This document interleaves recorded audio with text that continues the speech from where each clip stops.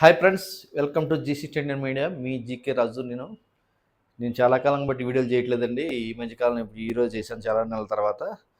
ముఖ్యంగా ఏంటంటే దేశంలో లోక్సభ స్థానాలు, శాసనసభ స్థానాలు పెంచాలని కేంద్ర ప్రభుత్వం నిర్ణయం తీసుకుందండి. ఈ లోక్సభ సెషన్లోనే నిర్ణయించే అవకాశం ఉంటుంది, బిల్లు ప్రవేశపెట్టే అవకాశం ఉంటుందని ఈ సమావేశాలను అనుకుంటున్నాం. మొన్న కేంద్ర ప్రభుత్వం కొత్తగా నిర్ణయం తీసుకుంది, 50% పెంచాలని నిర్ణయం తీసుకుందండి. 50% మొత్తం టోటల్ మీద 50% పెరగాలండి. మొత్తం మీద దేశం మొత్తం మీద లెక్కేస్తారు వాళ్ళు. మనకు గత రాష్ట్రాల కింద ఆ లెక్క రాదండి, మనకి దేశం మొత్తం మీద లెక్కేస్తారు. మనకి ఆల్రెడీ 175 స్థానాలు ఉన్నాయండి. అవి వాటిని 263 చేయాలండి నా అర్థం అండి. అంటే 88 స్థానాలు పెరుగుతాయండి. అది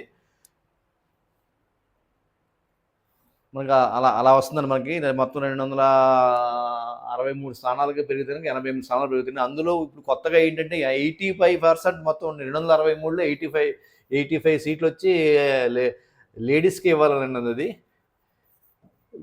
అది కూడా లేడీస్కి ఇవ్వాలని మన వార్తల్లో వింటున్నామండి. అది మనకి పూర్తిగా తెలియదు, సమాచారం రాలేదన్నమాట. అది బిల్లు ప్రవేశపెట్టి బిల్లు పాస్ అయ్యాక కానీ పూర్తిగా అప్డేట్ బయటకు రాదండి.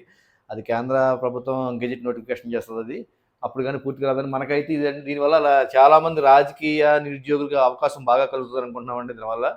ఎందుకంటే మనకి యావరేజ్గా 26 జిల్లాలు వేసుకున్నా కానీ యావరేజ్ జిల్లాకు వచ్చి 2 నుంచి 3 సీట్లు పెరిగే విస్తీర్ణం బట్టి, జనాభా ప్రతిభను బట్టి 2 నుంచి 3 స్థానాలు పెరిగే అవకాశాలు బాగా ఉన్నాయండి మన ఆంధ్రప్రదేశ్లో. బాగా ఇప్పుడు ఈ మధ్య కూటమి ప్రభుత్వం ఏర్పడ్డాక చాలామంది అంతర్గత విభేదాలతోటి నాయకులతోటి చాలా ఇబ్బందిగా కొన్ని నియోజకవర్గాలు ఉన్నాను. ఎందుకంటే కంపల్సరిగా శాసనసభలో బీజేపీ గెలిచిన చోట ఈ టీడీపీ నాయకులు ఉన్నారండి, జనసేన నాయకులు ఉన్నారు. అలా ఒక సమన్వయ లోపం చాలా చోట్ల కనబడుతుందండి. ఆ లోపం మట్టుకు ఎందుకంటే వాళ్ళకి అధికారం రాలేదు, వాళ్ళకి అవకాశం రాలేదని చాలా ఉందండి. అలాంటి వాళ్ళకి ఈ పట్టు అవకాశం బాగా కుదురుతుందని మనం అనుకుంటున్నామండి. ఎందుకంటే 85 సీట్లు అంటే దగ్గర 88 సీట్లు పెరుగుతున్నాయంటే మామూలు విషయం కాదండి. 88 సీట్లు అంటే చాలామందికి, మ్యాక్సిమం చాలామందికి 50% వరకు మంచి సెకండ్ గ్రేడ్ నాయకులకి అందరికీ అవకాశం వస్తుందని దీనివల్ల ఇబ్బంది పడే అవకాశం ఏమి ఉండదు. కాకపోతే మన వైఎస్ఆర్ పార్టీ జగన్మోహన్ రెడ్డి గారికి కొంచెం ఇబ్బంది కూడా వచ్చింది. ఎందుకంటే ఉన్న నియోజకవర్గాలకి ఆయనకి సమన్వయకర్తలు లేరు. ఇక్కడ వాళ్ళని అక్కడ వాళ్ళని తీసుకొచ్చి, అక్కడ వాళ్ళని ఇక్కడ వాళ్ళని తీసుకొచ్చి పెడతాడండి. ఆయన మారుస్తూ కూర్చున్నాడు ఆయన. మరి 263 సీట్లు నియోజకవర్గాలకి ఎక్కడి నుంచి తీసుకొస్తాడో చూడాలి జగన్మోహన్ రెడ్డి గారు. మరి ఆయన సంగతి తర్వాత చూద్దామండి. ఆయన ఎంత చెప్పుకున్నా ఆయన గురించి తక్కువ అవుతుంది, కానీ మహాత్మా గాంధీ తమ్ముడు కూడా అంటాడు ఆయన.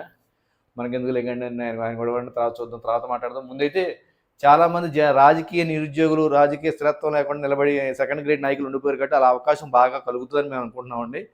ఈ ఈ బిల్లులోనే ప్రవేశపెట్టి, ఈ లోక్సభ సెషన్లోనే ప్రవేశపెట్టి నెక్స్ట్ వచ్చే ఎలక్షన్లో దీని అమల్లో కూడా పెట్టేలాగా కేంద్రం యోచిస్తుందండి. ఇది మంచి శుభపరిణామం అనుకోవచ్చు. అందరు రాజకీయంగా సీట్లు పెరుగుతాయి, అవకాశాలు పెరుగుతాయి. నియోజకవర్గం కూడా అభివృద్ధి చెందే ఛాన్స్ బాగా ఉంటుంది. ఎందుకంటే నియోజకవర్గాలు కొన్ని పెద్ద పెద్ద నియోజకవర్గాలు ఉన్నాయండి. వాటిని 2 చేయడం వల్ల కొంచెం పరిపాలన కూడా సులభం అవుతుంది అనుకుంటున్నాం. అభివృద్ధికి కూడా మంచి అవకాశాలు ఉంటాయని కోరుకుంటున్నామండి. ఈ రకంగా కేంద్ర ప్రభుత్వానికి కృతజ్ఞతలు తెలుపుకుంటున్నామండి.